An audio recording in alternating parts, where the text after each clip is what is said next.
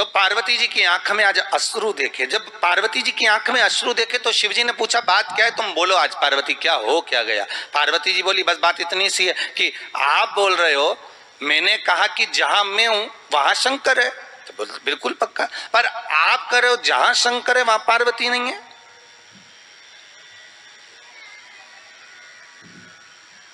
जहां शिव है वहां पार्वती नहीं है।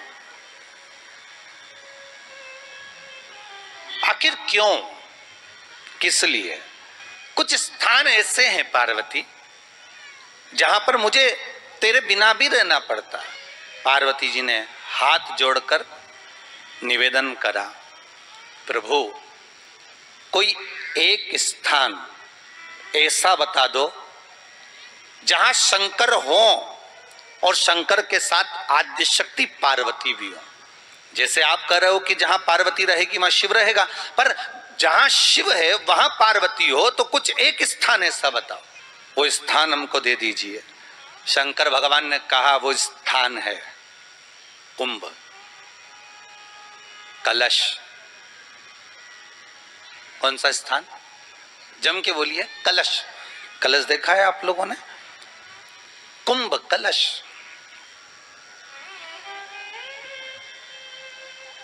उस कलश में हे पार्वती, जहां शंकर है वहां तू भी विराजमान होगी, और केवल एक रूप में नहीं, सारी विद्याओं के रूप में तू उसमें संजू रहेगी।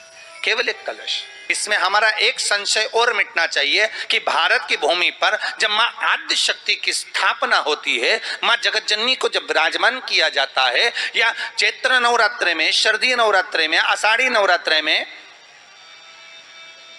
आदिकादिक पौष नवरात्रे में हम शंकर की, हम जगत जननी जगदम्बा की जब स्थापना करते हैं, या हम नूतन घर का प्रवेश करते हैं, या गणेश जी की स्थापना करते हैं, या कोई दुकान को प्रवेश करते हैं, या कोई शुभ कार्य करने के लिए अग्रण्य होते हैं, तो हम कलश की स्थापना क्यों करते हैं? आप कोई यज्ञ करने जा रहे हो, आप कोई पोथी पुराण करने जा रहे हो, आप कोई अच्छा कार्य करने जा रहे हो, तो ब्राह्मण देवता कह देते कलश की स्थापना होगी, कलश की शोभा यात्रा निकलेगी, कलश यात्रा निकलेगी, कलश विराजमान होगा।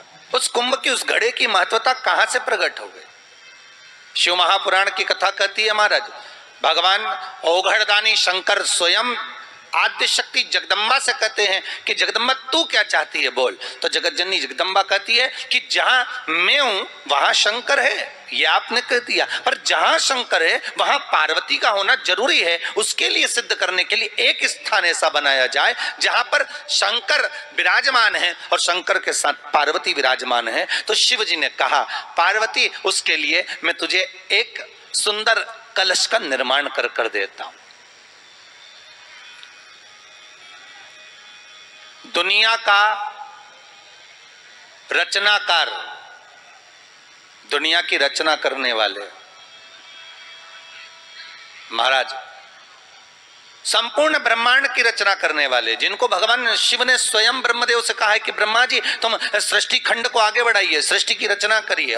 भगवान शिव और ब्रह्मा का संवाद हुआ था। सीधे भगवान शंकर ब्रह्मदेव के पास जाकर बोले थे, हे ब्रह्मदेव आप सृष्टि की रचना करिए। तो ब्रह्मा जी ने पूछा था, सारे नक्षत्र आपने बनाए, सारे दिन आपने बनाए, सारी घड़ियां आपने बनाई, सारा पल आपने बनाया, मनुष्य की श्वास गिनती, काउंटिंग, अर्थात मनुष्य के शरीर की रोमावली, ये सब आपने निश्चित करी है।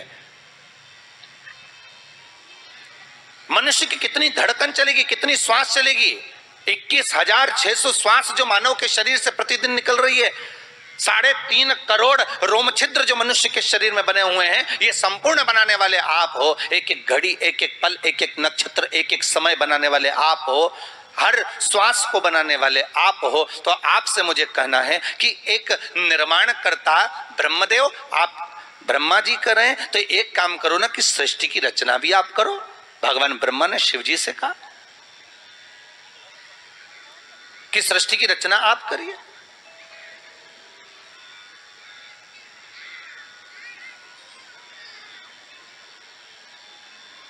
महाराज भगवान ओघड़दानी त्रिकालदर्शी शंभु कहते हैं, मेरा कैलाशी मेरा शिव कहता है, नहीं नहीं नहीं, ब्रह्मदेव सृष्टि की रचना करने को तो हम कर दें, मना नहीं है, पर भगवान विष्णु की नाभि से आप प्रकट हुए हो। भगवान शेषनाग की सैया पर शयन कर रहे हैं, और भगवान जब शेषनाग की सैया पर शयन कर रहे हैं, उस शेषनाग की सैया से सोते हुए भगवान ने अपने नाभि कोश से आपको प्रकट करा है कमल के पुष्प के ऊपर। और आप भगवान की अंतः नाभि में, ब्रह्मदेव ना जाने हजारों वर्ष तक आप नाभि में प्रवेश करते गए, हजारों वर्ष तक आप नाभि के अंदर जाकर साधना करते रहे, और साधना करने के बाद भी आपको यह पता ना चल पाया कि आपका प्रागट्य बिंदु क्या रहा। ब्रह्मा जी कह रहे हैं, नाथ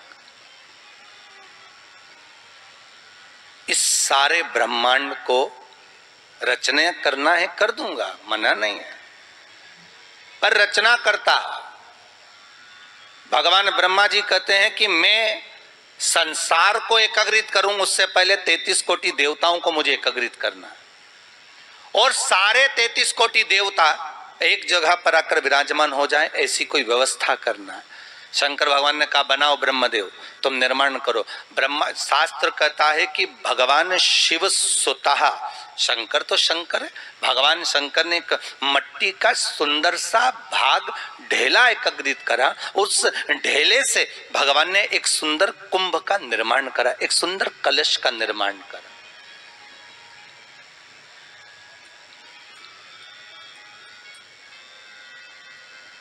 देखिए कितनी सुंदर कथा है। अगर आप लिंग पुराण में इस कथा को निकालोगे तो एक आनंद की अनुभूति और होगी। अगर किसी के मन में संशय हो कि यह कथा कहाँ से ली गई है, तो लिंग पुराण में से आप इसको निकालिए। उसमें वर्णन किया गया, सबसे पहला पात्र का निर्माण, ये तांबा, सोना, चांदी, पीतल, इनके पात्र तो बाद में बने साहब। सबसे पहला पात्र बना ही काय का था? जम के बोलिए जरा, काय का बना था? सबसे पहला पात्र था ये मिट्टी का। आज भी हिंदू धर्म में भले तुम्हारे घर में सोने के कलश हो, भले चांदी के कलश हो, भले तुम्हारे घर में पीतल और तांबे के पात्र रखे हो, पर आज भी अगर ब्राह्मण कहेंगे कि हमें कोई यज्ञ करना है, अनुष्ठान करना है, हमें ये स्थापना करना है, तो ब्राह्मण एक ही बात कहेंगे कि तांबा, पीतल, चांदी के हमें पात्र नहीं चाहिए। ब्राह्मण कहेगा मैं मिट्टी के कलश ला कर रखो।